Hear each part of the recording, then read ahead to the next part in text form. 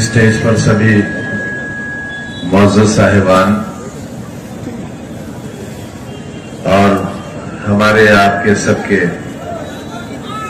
मुश्तरक उम्मीदवार आसिम राजा साहब, मेरे सामने बहुत बड़ी तादाद में नौजवानों, बुजुर्ग साथियों और मेरी बहनों और ख्वातीन मीडिया बंधुओं,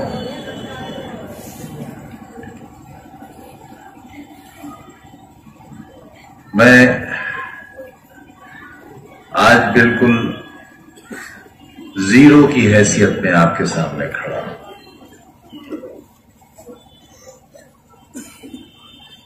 मैं एमपी नहीं हूं, गुजरे हुए कल का वजीर नहीं हूं, एमएलए नहीं हूं और यहां तक कि मुझे वोट देने का हक भी नहीं है।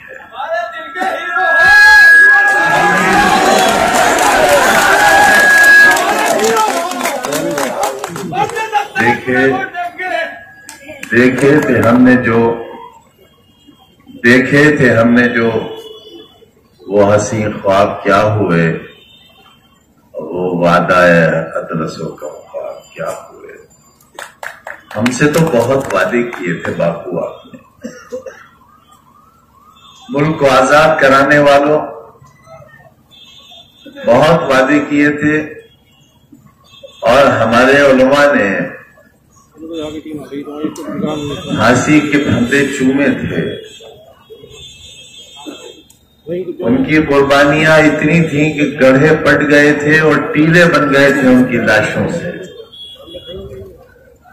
उनकी हवेलियों के दरवाजे उनकी लाशों से सजा दिए गए थे। एक मीर जाफर ने किले का दरवाजा खोल दिया था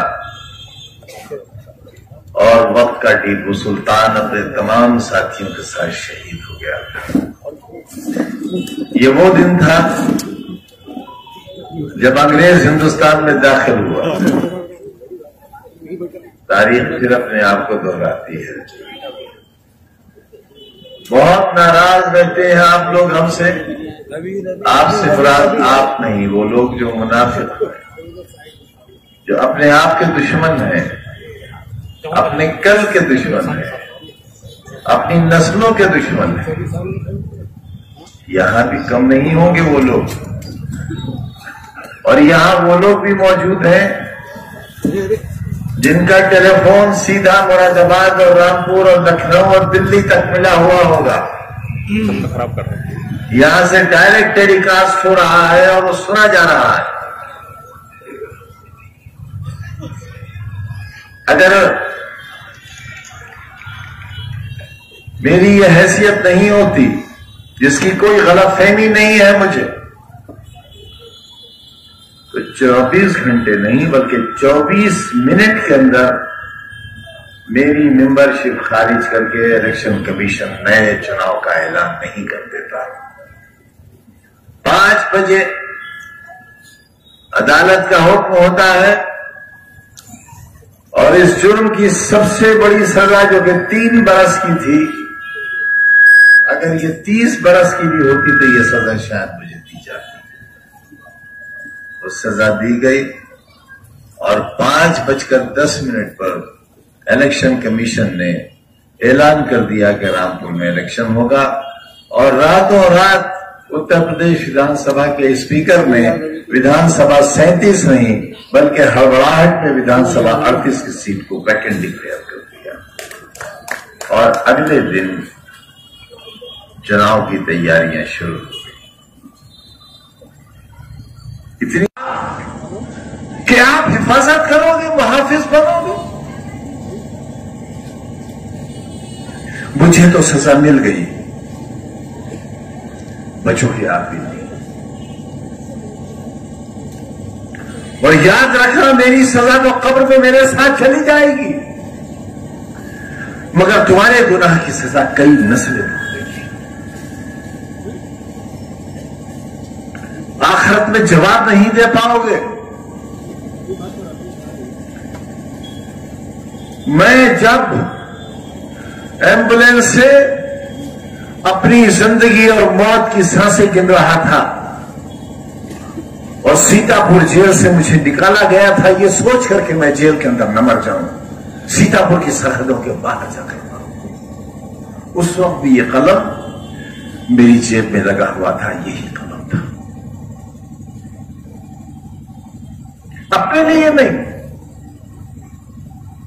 तुम्हारे बच्चों के लिए। मैं तो पढ़ चुका, मेरे गुनाह की कितनी सजा दोगे आप। मैं एमपी नहीं रहा इसलिए कि मैंने ये सोचा था कि हुकूमत आ जाएगी और मैं उस अंधेरे को एक बार फिर उजाले में तब्दील करने की मौला के करम से कोशिश करूंगा जो रह गया। उम्मीद थी कि सरकार बनेगी, यकीन था सरकार बनेगी, ना उम्मीद पूरी हुई ना यकीन पूरा हुआ, सरकार नहीं बन सकी।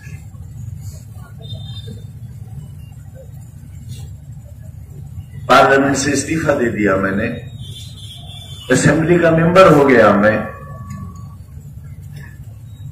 मैं आसमान से जमीन पर आ गया। वो आसमान जो कभी मेरा था, वो जमीन जो कभी मेरी थी, आपने न आसमान का लिहाज किया और न जमीन का लिहाज किया। मैं शिकायत करने आया हूं आपसे,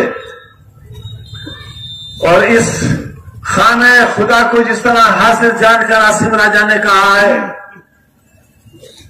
मेरी जेल की एक सांस का हिसाब नहीं चुकता कर सकते आप, मेरे एक आंसू का हिसाब नहीं दे सकते आप। सामने की बैरिक में मेरी बीवी बंद थी और 8x11 की कोठरी में मेरे साथ मेरा बेटा बंद था।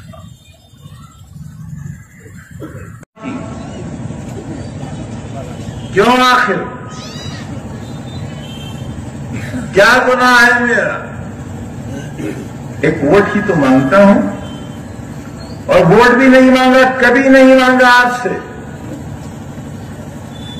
कभी नहीं कहा मुझे वोट दो, हमेशा कहा मेरा साथ दो। मैंने बाजू फैलाकर आपको अपने बाजू में सबोना चाहा, इसलिए कि आप मेरे दिल की धड़कन हो, मेरा ख्वाब हो।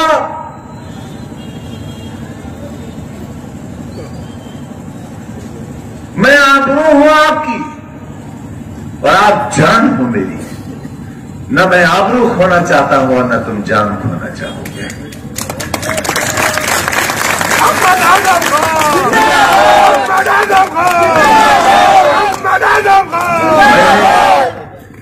बड़ी मेहनत से तुम्हें पार्लियामेंट की सीट जीत कर दी थी। किससे जीती थी मैंने? हिंदुस्तान की एक बहुत मशहूर फिल्म अदाकारा से, जिनका बहुत ग्लैमर था रामपुर में। दो बार की सांसद रही हुई, उत्तर प्रदेश में भाजपा की सरकार, केंद्र में भाजपा की सरकार। इसके बावजूद आजादी के एक लंबे सफर में 1947 के बाद आपकी झोली में लाकर डाल दी थी ये सीट, तकरीबन 1.5 लाख वोटों से जीतकर। और उस वक्त जबकि 1.5 लाख वोटों की बेईमानी भी हुई थी, मगर आपने उसकी कदर नहीं की, ठोकर से मार दिया आपने उसे।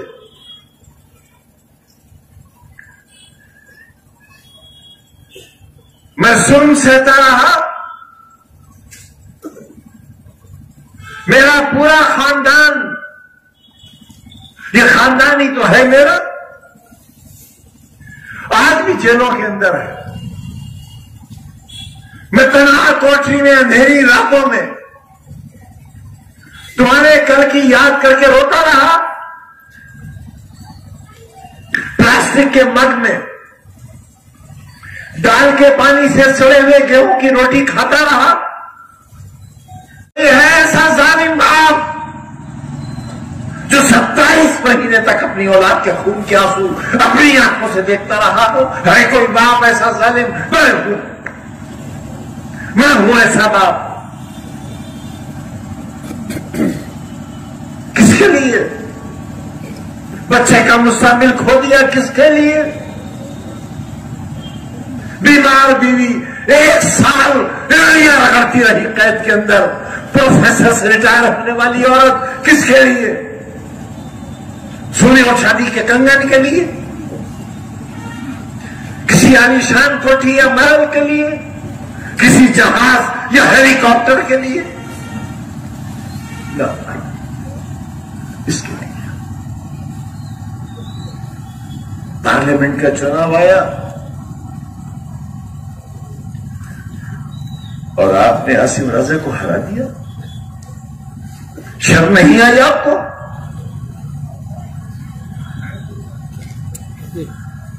घर से नहीं निकले आप क्योंकि एसी लगा है आपके घर में, कूलर है आपके घर में, बिजली आ रही थी 24 घंटे। ये इंतजाम किसने किया था? पानी की एक एक बूंद को तरसने वाला रामपुर 200 बरस पानी कम नहीं होगा। ये इंतजाम बफजले ताला किसने किया था? यही सड़क है। तुम चल सकते थे इस पर? ये तैयारियां तुम्हारे कल की किसने की थी? तारामंडल, गांधी समाधि, शानदार सड़कें। पार्लियामेंट की शक्ल की नगर पालिका क्यों बनाई थी? इसलिए कि तुम्हारी जिंदगियों में खुशनुमाई नहीं थी, खुशियां नहीं थी, सजावट नहीं थी। तुम एक अंधेरे का शिकार थे। तुम एक ऐसी रियासत में रहते थे जिसका मालिक तुम्हें गधे का बच्चा कहता था। तुम्हारे अजदाद को गधे का बच्चा कहता था और जो गधे का बच्चा कहलाता था वो अपने घर जाकर कहता था आज सरकार ने हमें गधे का बच्चा कहा है। मैं तुम्हें इंसान बनाना चाहता था, मैं तुम्हें बेहतरीन शहरी बनाना चाहता था, मैं तुम्हें हिंदुस्तान का सबसे अच्छा शहरी बनाना चाहता था। मैं तुम्हारे बच्चों को कलेक्टर एसपी की कुर्सी पर बैठाना चाहता था, तुम्हारे दिल और दिमाग का इलाज करने वाला डॉक्टर बनाना चाहता था। ये था मेरा खुदा। और तुमने क्या किया मेरे अरमानों के साथ? घर से नहीं निकले राजा के लिए, क्योंकि एयर कंडीशन की ठंडी हवाएं तुम्हें ज्यादा पसंद थी। नैनीताल की ठंडी फिजाएं, हवाएं और वहां की पहाड़ियां तुम्हें पसंद थी और तुम नैनीताल चले गए। उस दिन शर्म नहीं आई है? नहीं शर्म आई? मुझे आई, मुझे आज भी आती है शर्म।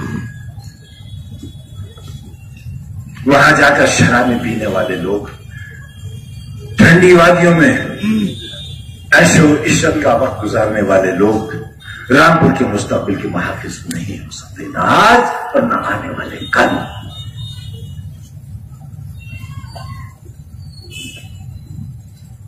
फिर एक मौका है मुझे जलील करने का, फिर एक मौका है।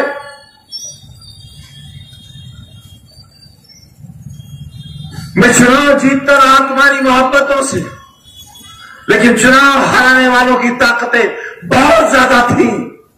मगर क्योंकि फजल इलाही हमारे साथ था, लिहाजा फतह हमारे नाम लिखी जाती थी और दुश्मन जलीलो ख्वार हुआ करता।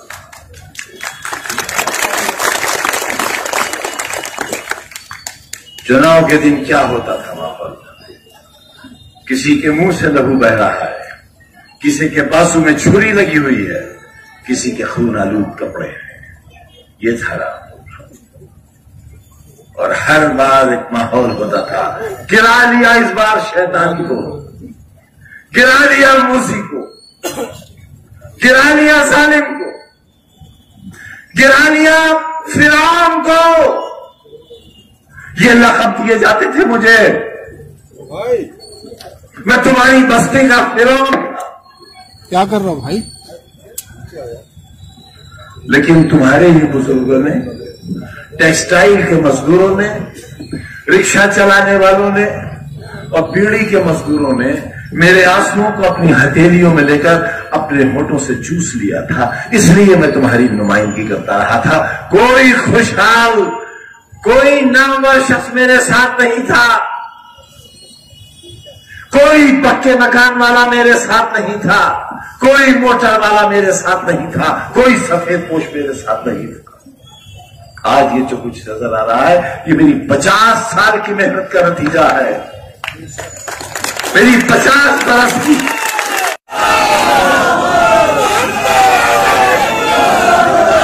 कभी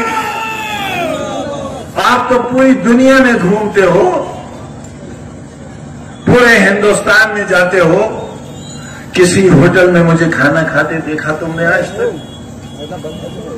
रामपुर में कहीं चाय कॉफी पीते देखा आज तक? किसी ठेले पर बताशे खाते देखा आज तक? कभी कहकहा मारकर हंसते हुए देखा मुझे आपने? फिर आखिर मेरी मुस्कुराहटें क्यों छीन ली आपने? मेरी सांसें क्यों छीन ली आपने? 27 महीने की तनहा कोठरी की कैद क्यों दी आपने हमको? क्या गलती थी हमारी? क्या खता थी हमारी? गुनाह बताओ हमारा। क्यों हुआ जमाना दुश्मन? सरकार क्यों दुश्मन हुई मेरी? मेरी जान की दुश्मन क्यों हुई? मुझे क्यों जेल में जहर दिया गया? बताओ मुझे क्यों जहर दिया गया? 2 दिन तक कोरोना के भयानक मरीज को जेल के बाहर क्यों नहीं जाने दिया गया ताकि मैं मर जाऊं? क्यों आखिर किया आपने मेरे साथ ऐसा? मैंने तो तुम्हारे लिए एक ऐसा शानदार अस्पताल बनाया था जहां इतनी ऑक्सीजन का इंतजाम था कि पूरे मंडल के मरीज रामपुर आए थे। ये थी मेरी सोच उस वक्त जब कोरोना का नाम कोई जानता तक नहीं। मैं तुम्हारे लिए एक ऐसा मेडिकल कॉलेज बना रहा था जहां दुनिया भर के लोग आते हैं। तुम्हारे मरीजों को दिल्ली और बंबई न जाना पड़ता। तुमने क्यों नहीं बनने दिया उसे? हाथ उठाकर बताओ कितने लोगों ने जवाहर यूनिवर्सिटी को चंदा दिया है? तो बताओ हाथ उठाकर। एक डूबकर मर जाऊं मैं शर्म से। मैं तुम्हारे कल के लिए दर दर की ठोकरें खाता फिरा, भीखे मांगता फिरा, दामन फैलाता फिरा कि मेरे बच्चों के लिए इदारा चाहिए। तुमने नहीं दिया। मैं दुनिया भर से मांग के लाया। आज ईडी की जांच चल रही है मेरे ऊपर, हथकड़ियां इंतजार कर रही है मेरा। इस उम्र में कैद की कोठरियां मेरा इंतजार कर रही है तुम्हारे बच्चों के मुस्तकबिल की खातिर। ये दिया तुमने मुझे। और क्या देना चाहते हो? बेगैरत आवाज और बता क्या देना चाहता है तू? इस जमाने के कैंसर, जिल्लत और ख्वारी के अलंबरदार, बता इस शहर को और क्या देना चाहता है? बेगैरत आवाज बता क्या देना चाहता है? बेहया अपनी मां की कोख से जने हुए बता क्या देना चाहता है? आज भी ये आवाजें बाकी हैं, आज भी बाकी है। तुम पर जुल्म करने वाली आवाज एक सही, मीर जाफर भी एक ही था।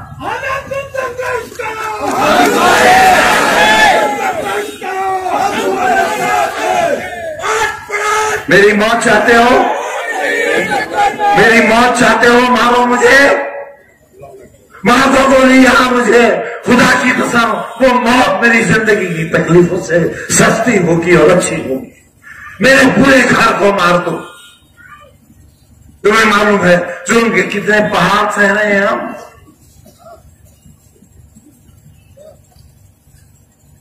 हंसो हम पर, कहकहे लगाओ, बेचो अपना जमीर, बिक जाओ एक एक टके के लिए और इतना करो अफसरान को जो हमारी बर्बादी चाहते हैं। ये जलसा नहीं है आज, ये रोजे हिसाब है। तुमसे हिसाब लेने आया हूं, तुमसे मौत मांगने आया हूं अपने लिए। थक गया मैं इस जिंदगी से।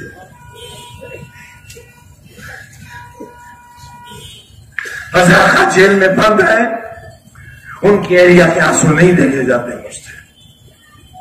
जेल में बच्चे बंद है बेगुनाह, किसी ने मशीन नहीं चुराई है, किसी ने फर्नीचर नहीं चुराया है।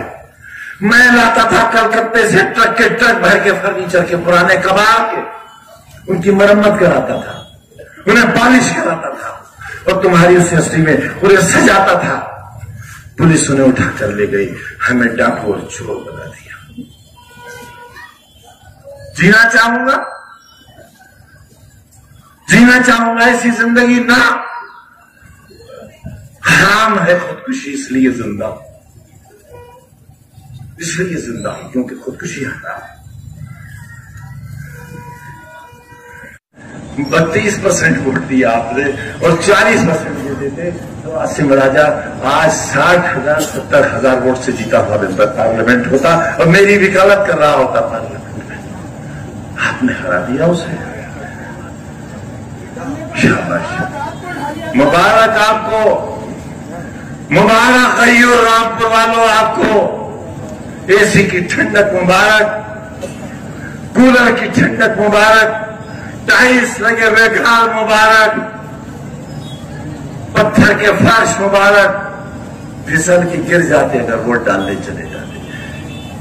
पुलिस ने डंडा मारा था ना जमीन पर, इसलिए भाग खड़े हुए थे।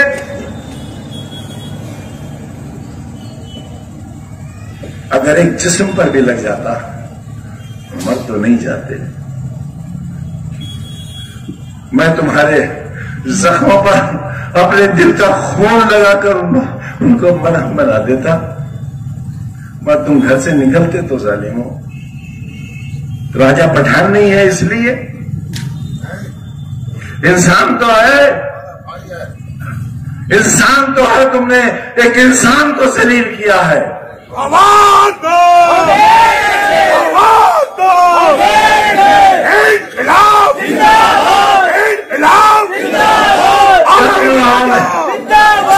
क्या माहौल है शहर का? दहशत, खौफ, डर, हर लम्हा जुल्म का इंतजार। ये आबादी बदनसीबों की आबादी है। पूरी दुनिया के सबसे कम नसीब लोग मेरे लोग यहां रहते हैं, इसलिए उन पर सितम ढाया जा रहा है। मेरा दिल फट जाएगा, मेरा दिल फट जाएगा अगर तुमने बेवफाई की तो। अब मेरे साथ धोखा मत करना, मेरे पास बहुत वक्त है भी नहीं, मत करना धोखा मेरे साथ। और जान लो अच्छी तरह जान लो, भेड़िया तुम्हारे दरवाजे पे खड़ा है। अगर वो तुम्हारे घर के अंदर दाखिल हो गया, अपनी आबरूओं की हिफाजत नहीं कर सकोगे।